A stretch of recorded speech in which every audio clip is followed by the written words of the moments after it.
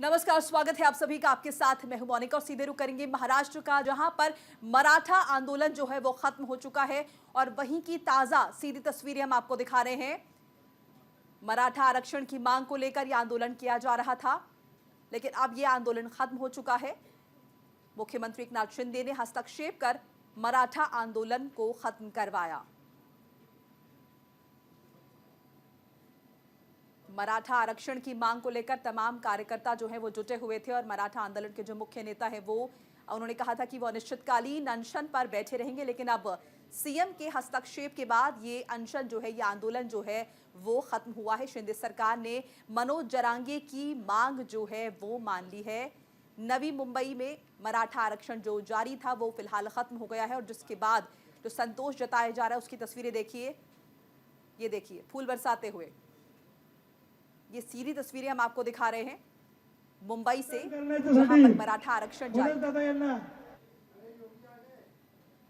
और इस मांग को लेकर, मराठा आरक्षण की मांग को लेकर आंदोलन किया जा रहा था, जो कि अब खत्म हो चुका है। मनोज जरांगे की मांगों को मान लिया गया है सरकार द्वारा।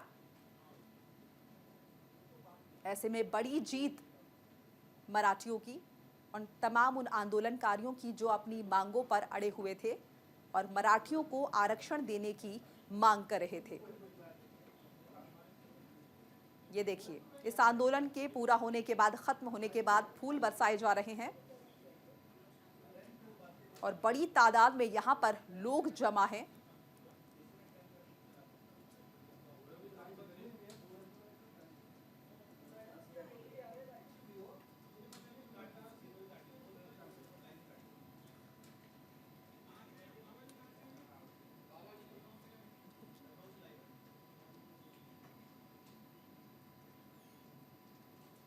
और सीधे रुख करेंगे लखनऊ का, जहां पर मुख्यमंत्री योगी आदित्यनाथ कुछ कह रहे हैं। दीप सिंह पुरी जी का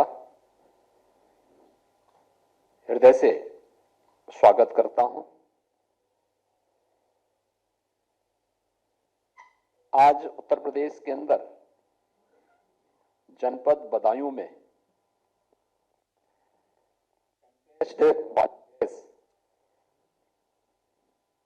कंप्रेस्ड बायोगैस के एक नए प्लांट उद्घाटन होने जा रहा है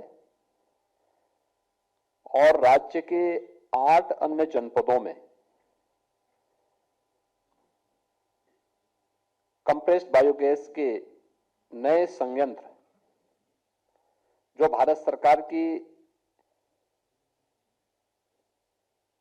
Indian oil corporation, Hindustan petroleum और भारत पेट्रोलियम ऑयल कंपनियों के माध्यम से स्थापित की जाएंगे, उनका शिलान्यास का भी कार्यक्रम संपन्न होगा।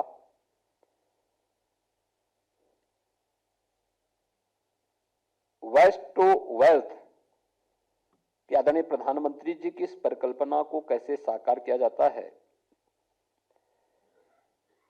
या नवंबर प्रारंभ होते ही एनसीआर में स्मॉग की समस्या का समाधान क्या हो सकता है, ऐसे ही किसानों की आमदनी को, किसान को पराली का भी अतिरिक्त दाम मिल सके और जिसको हम वेस्ट कहते हैं वह उसकी समृद्धि का कारक कैसे बन सकता है, इन सब की दृष्टि से एक compressed biogas plant Uttar Pradesh के अंदर न केवल पर्यावरण की दृष्टि से बल्कि किसानों की आमदनी, नए रोजगार सृजन करने और अन्य प्रकार से निवेश के लिए भी एक नए क्षेत्र का प्रवेश आज इस दिशा में प्रारंभ होने जा रहा है। मैं इस अवसर पर अपना बहुमूल्य समय प्रदान करने के लिए माननीय श्री हरदीप सिंह पुरी जी का,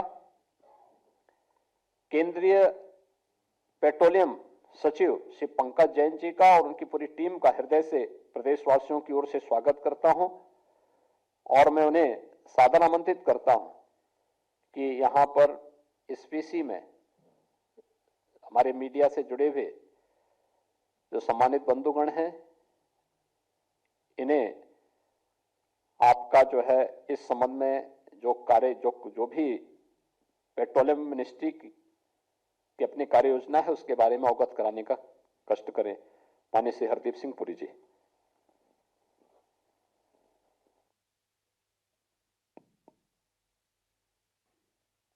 माननीय मुख्यमंत्री जी, सबसे पहले तो मैं आपको और यहाँ सब पत्रकार बंधुओं को गणतंत्र दिवस का हार्दिक शुभकामनाएं। और सीधे रुक करते हैं लखनऊ का, जहां पर योगी आदित्यनाथ पहुंचे हुए हैं। कि जो सीजीडी और सीएनजी, यानी कि आपने सीएनजी स्टेशन जैसे देखे होंगे अपने शहर में, देहात में, ये जब गैस सप्लाई करते हैं तो इन्हें पीछे से कंप्रेस बायोगैस खरीदनी होगी, उसको मिक्स करके देना होगा। इसको हम ब्लेंडिंग ऑब्लिगेशन कहते हैं। ये ब्लेंडिंग ऑब्लिगेशन 2025-26 से शुरू होगा 1%, और ये बढ़ के 2028-29 तक 5% हो जाएगा। मतलब कुल मिला के जितनी भी वो गैस सप्लाई कर रहे हैं उसमें 5% कंप्रेस बायोगैस होनी चाहिए। दूसरा, इसमें जो दाम हम दे रहे हैं, जब हमारी कंपनियां अर्थात इंडियन ऑयल, गेल इत्यादि खरीदती हैं ये बायोगैस, उसके दाम बढ़ा दिए गए हैं। वो अब 54 रुपये प्लस जीएसटी उसका दाम कर दिया गया है। तीसरा, अगर आपका प्लांट ऐसी जगह पर है जहां पर शायद पाइपलाइन नहीं है, तो उसका भी एक synchronization scheme gas authority of India limited GAIL के माध्यम से किया गया है। उसमें भी अच्छे दाम दिए जाते हैं, 1380 रुपये टन। कंप्रेशन चार्जेस, कैस्केड के चार्जेस, ये सब उसमें दिए जाते हैं। जब आप इस गैस को कंप्रेस नेचुरल गैस से मिलाते हैं तो एक्साइज ड्यूटी की राहत मिलती है। फिर जब आप प्लांट लगाते हैं शुरू में, तो भारत सरकार से एक कैपिटल सब्सिडी, जिसको सेंट्रल फाइनेंशियल असिस्टेंस कहा जाता है, ये 10 करोड़ रुपए तक का एक मुश्त एक ग्रांट, एक अनुदान दिया जाता है भारत सरकार से। जो लोन लेंगे अगर आप इस प्रोजेक्ट को लगाने के लिए, तो ये सुविधा की गई है कि इसको प्रायोरिटी सेक्टर में इसको लोन को गिना जाता है। आरबीआई द्वारा ये आदेश दिए जा चुके हैं। उसी तरह कई सरकारी। और इस वक्त दिल्ली सरकार ने मंत्री आतिशी कुछ कह रहे हैं, आइए उन्हें सुन लेते हैं। तोड़कर अपनी पार्टी में शामिल किया। क्यों किया? उनकी तो सरकार थी। फिर कांग्रेस के विधायक तोड़ने की क्या जरूरत थी? भारतीय जनता पार्टी का ये स्टैंडर्ड ऑपरेटिंग प्रोसीजर है। उनका ये स्टैंडर्ड ऑपरेटिंग प्रोसीजर हर राज्य में हर पार्टी के साथ सफल होता है, सिर्फ आम आदमी पार्टी के साथ सफल नहीं होता।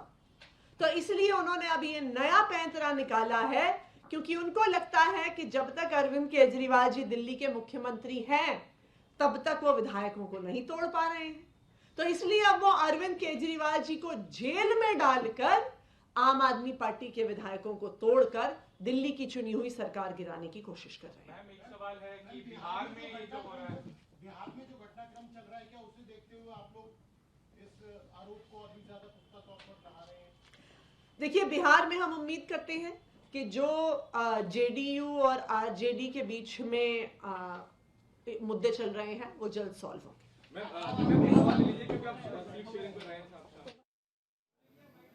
तो दिल्ली की एक मंत्री को सुन रही थी आप, जिन्होंने साफ तौर पर बीजेपी पर आरोप लगाया कि सरकार के विधायक तोड़ने की कोशिश की जा रही है और दिल्ली के जो मुख्यमंत्री है उन्हें जेल भेजने की साजिश की जा रही है। आगे बढ़ते हैं, सियासत में कौन किसके लिए दरवाजे बंद करते हैं और कब खिड़की खुल जाती है, कुछ कहा नहीं जा सकता है। कल तक जो बीजेपी नीतीश कुमार के लिए अपने दरवाजे हमेशा के लिए बंद होने की बात करती थी, आज स्वागत के लिए पलक पावड़े बिछाकर खड़ी है। एक समय नीतीश कुमार खुले तौर पर कहते थे मर जाना पसंद करूंगा, लेकिन बीजेपी के साथ फिर कभी समझौता नहीं करूंगा। लेकिन 2 बरस बाद ही उन्होंने फिर से पाला बदलने की तैयारी कर ली है। जी हां, इस बीच आपको बताएं कि बिहार से एक बड़ी खबर सामने आ रही है। जी हां, पटना में होगी बीजेपी की बैठक और आज शाम 4 बजे का वक्त मुकर्रर किया गया है। बीजेपी की बैठक होनी है, जेडीयू के साथ गठबंधन पर मोहर लगेगी। विधायकों से राय लेकर समर्थन पत्र पर हस्ताक्षर किए जाएंगे। भारतीय जनता पार्टी बैठक कर रही है, पटना में ये बैठक होगी और जेडीयू के साथ गठबंधन किया जाएगा। इसे लेकर तमाम जो विधायक हैं बिहार के, उनसे राय मशवरा किया जाएगा, उनकी राय ली जाएगी और उसके बाद समर्थन पत्र पर उनके हस्ताक्षर भी लिए जाएंगे। पटना में भारतीय जनता पार्टी की बैठक होगी और बिहार के तमाम बड़े नेता यहां पर मौजूद रहेंगे। आज शाम 4 बजे का वक्त रखा गया है। बीजेपी की बैठक होनी है। जेडीयू के साथ गठबंधन पर मुहर लग रही है। जेडीयू के साथ जो गठबंधन होना है उससे लेकर एक बार राय मशवरा किया जाएगा आपसी दल में, जिसके बाद जो तमाम विधायक हैं जब उनकी राय ले ली जाएगी, समर्थन पत्र उनसे ले लिया जाएगा, हस्ताक्षर होगा। जी हां, आपको बताएं कि बिहार में इस वक्त सियासी उठापटक काफी तेज है। जो मौजूदा सरकार है बिहार में नीतीश कुमार की, जेडीयू और आरजेडी के बीच की जो तनातनी है, जो उनके बीच की अनबन है, वो खुलकर सामने आ गई है, जिसके बाद ऐसी बात सामने आ रही है कि नीतीश कुमार बीजेपी के साथ मिलकर सरकार बना सकते हैं। और इसी कड़ी में हम आपको बता रहे हैं कि आज पटना में बीजेपी की बैठक होगी। बीजेपी भी तो आपस के जो तमाम उनके विधायक हैं उनमें राय मशवरा करेंगी, बातचीत करेंगी, चर्चा की जाएगी, समर्थन पत्र पर हस्ताक्षर किए जाएंगे। जो गठबंधन होना है जेडीयू के साथ, उस पर मुहर लगेगी औपचारिक तौर पर, और इसी को लेकर जो तमाम विधायक हैं उनसे राय मशवरा किया जाएगा। 28 जनवरी का इंतजार है और ऐसा कहा जा रहा है कि बदल जाएगी सरकार। बिहार में नई सरकार बन सकती है क्योंकि नीतीश कुमार ने एक बार फिर से यू टर्न ले लिया है। एक बार फिर से बीजेपी के साथ वो आ रहे हैं, एनडीए में शामिल हो रहे हैं नीतीश कुमार।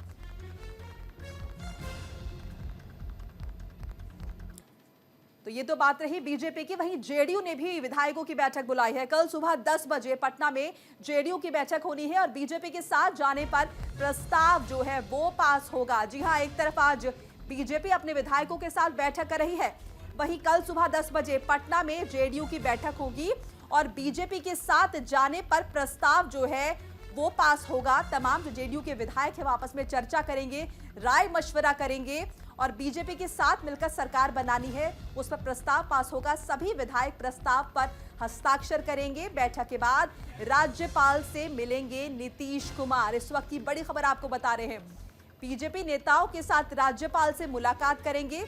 कल राज्यपाल को इस्तीफा सौंप देंगे नीतीश कुमार।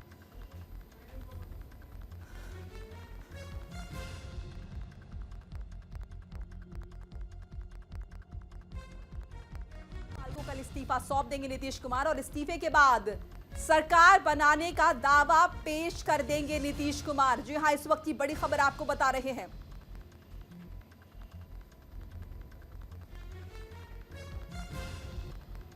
तो पटना में आरजेडी की बैठक है, दोपहर 2 बजे कॉन्फ्रेंस की बैठक है। बिहार में सियासी उठापटक के बीच बैठकों का दौर लगातार जारी है। और फिलहाल एक छोटा सा ब्रेक, खबरें लगातार जारी हैं।